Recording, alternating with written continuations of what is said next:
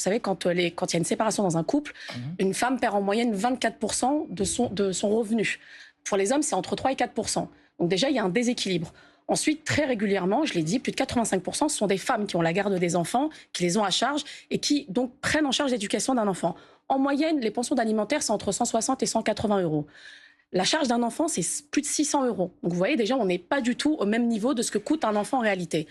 Et donc, en réalité, ces femmes, quand elles reçoivent cette pension alimentaire, je parle des femmes puisque c'est la grande majorité, elles payent des impôts dessus. Parfois, elles font sauter un plafond, ce qui fait qu'elles n'ont plus droit à certaines prestations sociales également. Et donc, vraiment, en fait, ça diminue le pouvoir d'achat et donc la qualité de vie des enfants. Là, on a essayé de rétablir un peu l'équilibre et donc de réparer cette forme d'injustice en disant, bien, écoutez, à un moment, et d'ailleurs, c'est plafonné, vous avez vu, c'est 12 000 euros par an, enfin, le dispositif est plafonné. On ne peut pas d'un côté ne pas s'occuper de l'enfant totalement, ne pas le prendre en charge entièrement et payer donc cette somme et en plus défiscaliser dessus. Donc là, la réalité, c'est que c'est juste, en fait, on défiscalise plus sur ce don qui est en fait pour élever son enfant.